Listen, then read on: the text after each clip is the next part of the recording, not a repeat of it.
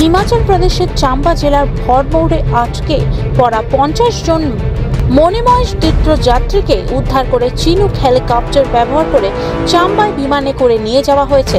তাদের এখন সরকারি বাসে পাঠানকোটে নিয়ে যাওয়া হচ্ছে। উদ্ধারের প্রচেষ্টা সত্ত্বেও 400 জনের বেশি তীর্থযাত্রী ভরমৌরে আটকা পড়ে আছেন। সরকার তাদের সরিয়ে নেওয়ার জন্য কাজ করছে।